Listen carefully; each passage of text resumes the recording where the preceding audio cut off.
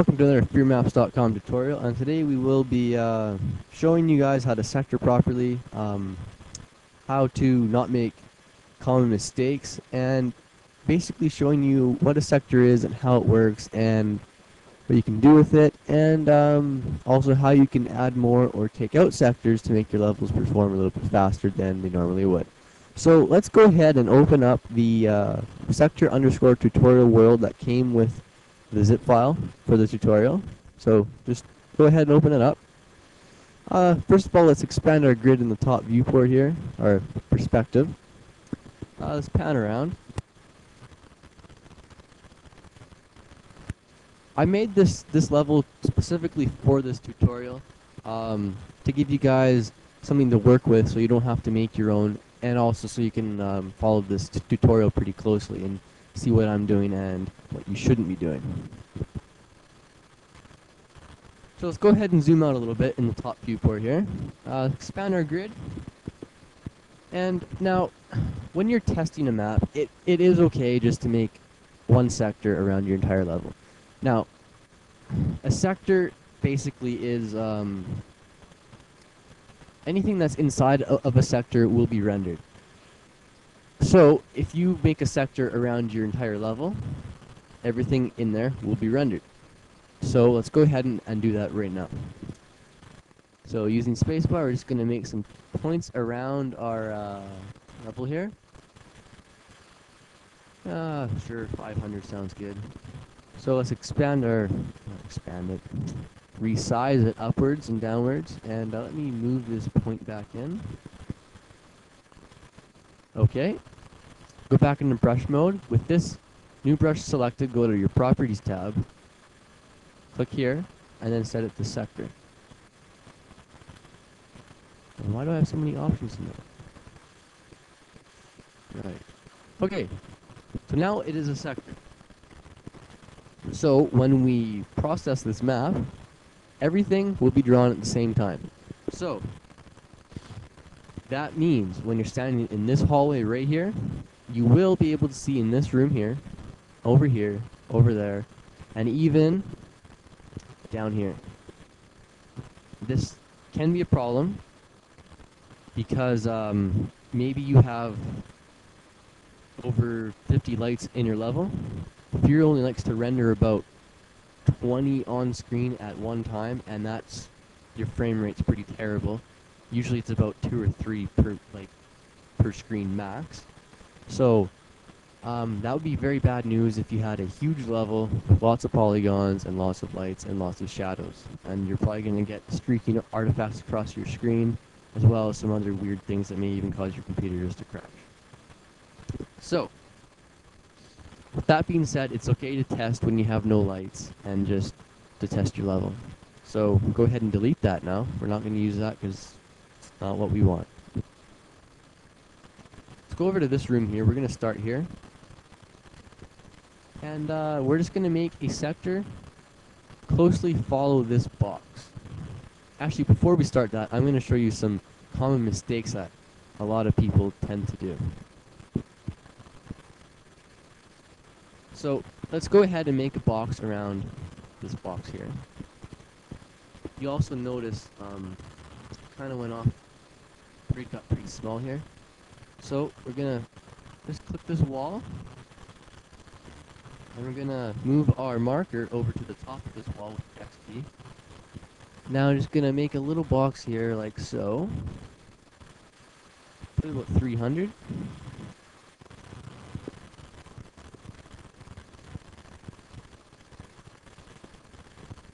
Resize the bottom so it fits to this floor.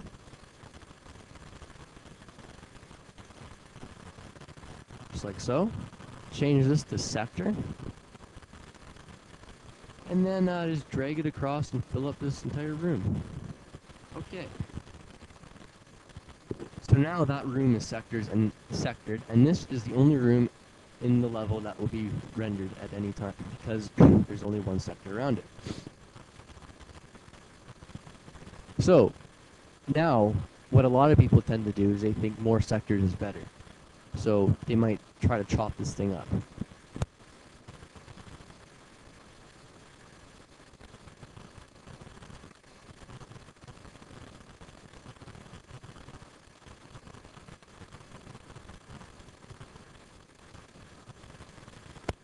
Okay, so now we have that thing all chopped up, right?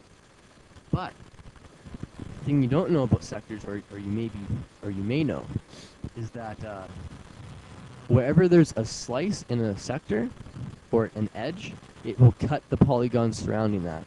So you started with 1, 2, 3, 4, 5, 6 times about 2, so you got about 12 polygons for this room. Now when you sector it like this, you're going to create another one here, here, and you're going to multiply that number by about 10 times the amount. So now you have about 120. That's really not good. That's going to cause a lot of problems if you do this all over your entire level, because the more polygons, the more it's going to lag. So let's go ahead and undo. Get our one sector thing here. The only thing that I will do for this room, though, is I'm going to slice it right in the middle. I'll tell you why later, and you'll figure it out when I get going to sectoring the bottom piece as well, and this room and the hallways surrounding it. So let's just go ahead and slice it right there. Spacebar, and S.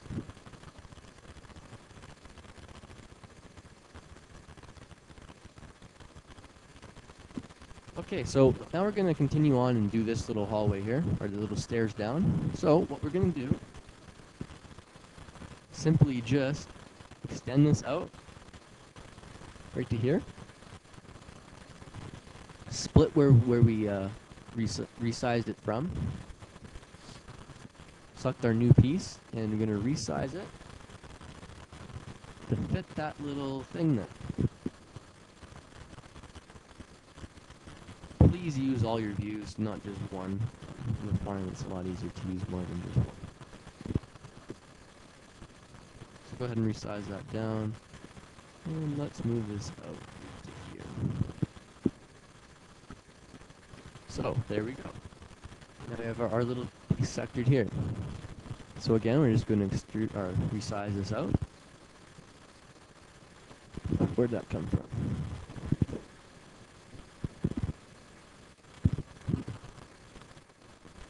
Slice along there. Resize to fit. Resize this way to fill up our entire hallway.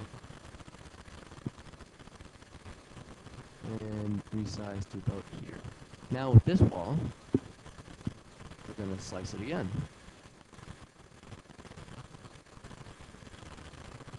And then resize. As you can see, we've pretty much done a quarter of the level in, well, not a very long time at all. So now we're going to continue over this way. So we're going to select this sector here. Resize it to this back wall. Slice here. And then resize it to your door. Okay. Now that we have that done, I'm going to show you guys how a sector works now.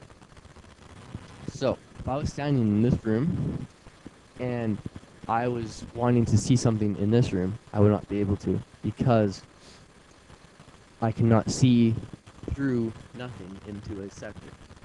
Sectors will only draw if it's touching another sector, like it is from this hallway, to these stairs, to this room. And since I cannot see these stairs and this sector from this sector, it will not draw that sector. However, if I'm standing in this sector and I look up this stairway, I can see this room, so it will be drawn. And if I look over here, this will be drawn as well. But if I stand right here, right against this wall, and I look over this way, this room will not be drawn, because all I can see is this sector here, this hallway sector. If I stand in this sector, right here, I cannot see this sector or that sector. Therefore, they will not be drawn, and you'll be saving on your poly count and lights and all that. Yeah. So that's how sectors work. They will only block something if there is a void between them. We have right here and here. So using those same techniques, I'm going to finish off this, and I'll finish off the top floor, and then when we get down in the bottom floor, I'll show you some other neat techniques that you guys can use with your sectors. Forgot to mention one thing though. When you do these door frames, all you do is just resize your sector, split it, grab it, resize it to fit that door only.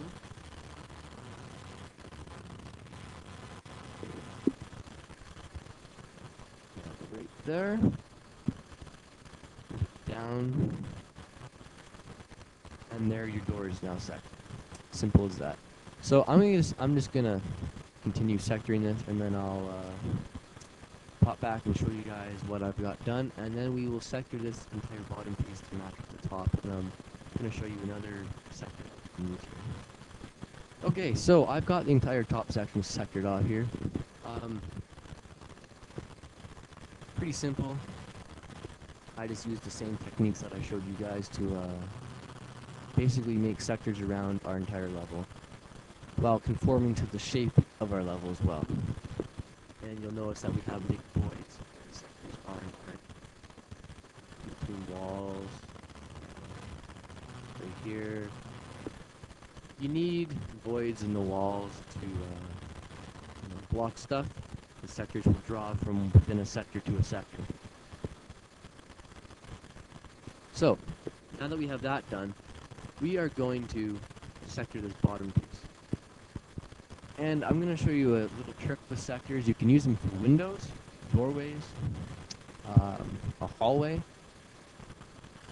Hold on here, let me log out. Okay, sectors, they're called extrude sectors. Basically what they do is they make a sector between two sectors.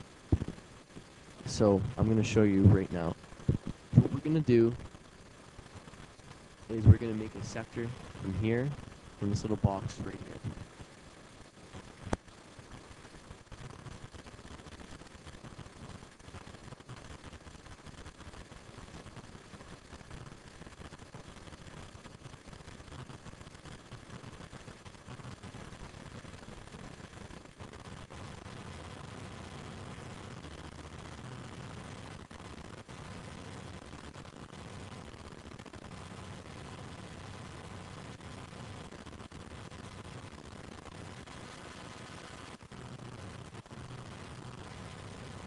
Size that a little bit, make it about there.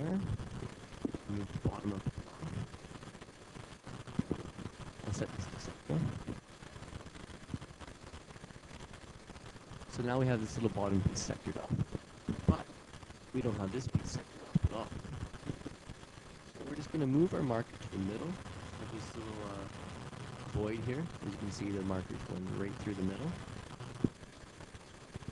And looking at from the top here, the hole starts right here and ends right there. It goes from here to here to here. So we're going to get in geometry editing mode, and we're going to put spacebar at each corner to make a plane. And move that back. Okay, now we're going to set this to extrude sector. And you can see it right there in the middle. Basically what this little piece here will do is it will make a sector to connect this one to that one without you having to make a box there.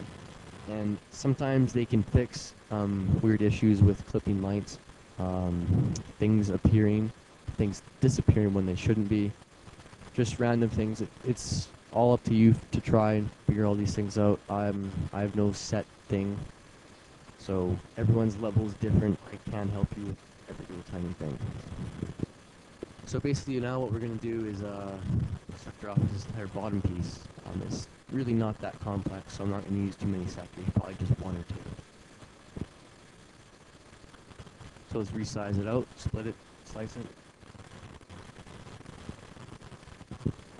resize this a bit.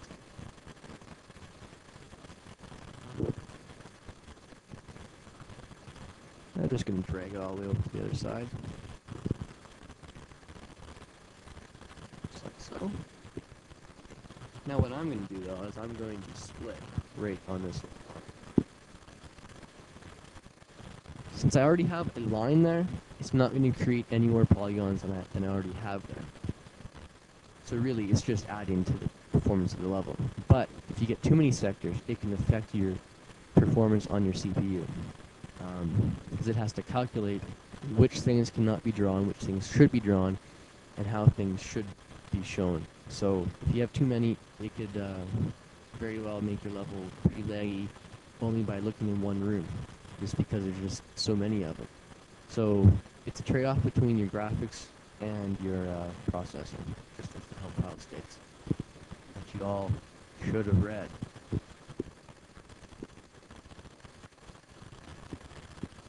So let's resize this sector, split it.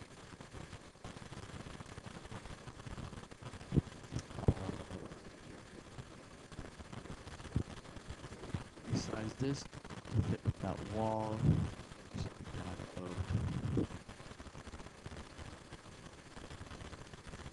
Slide this back piece in. Right to there.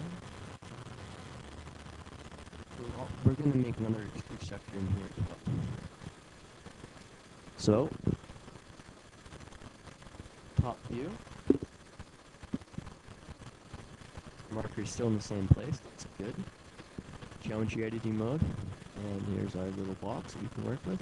Here, here, here.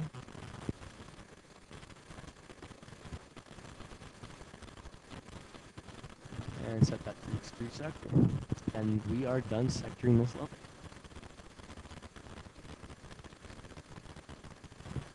So I'm going to go ahead and save this world as a sector 2 done. So that world is now complete, and you can compile it after you add a world properties and your game start points, and set your ambient light. And this level should perform a full 60 frames. If not more, probably about 200 on a decent system. So yeah, that basically shows you guys how to sector a level properly. Not have it spit something out at you that you don't want. Now, as far as wrong sectoring techniques go, there is many of them, and I'll try and show one as quickly as possible. So let's select our sectors here. Select them all. Delete. Make sure you save before doing this, and don't save over it. So okay. Starting with that first room again, actually let me backspace here. Deselect those two and delete the rest. So what a lot of people may tend to do is they may just, when they're going into a new sector, they may just do this and then slice it.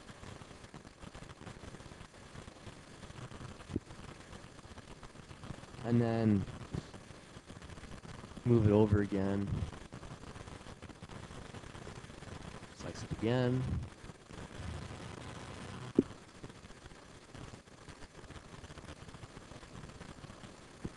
It's kind of hard to show because I don't really do it very often, but now I'm going to show you an example right here.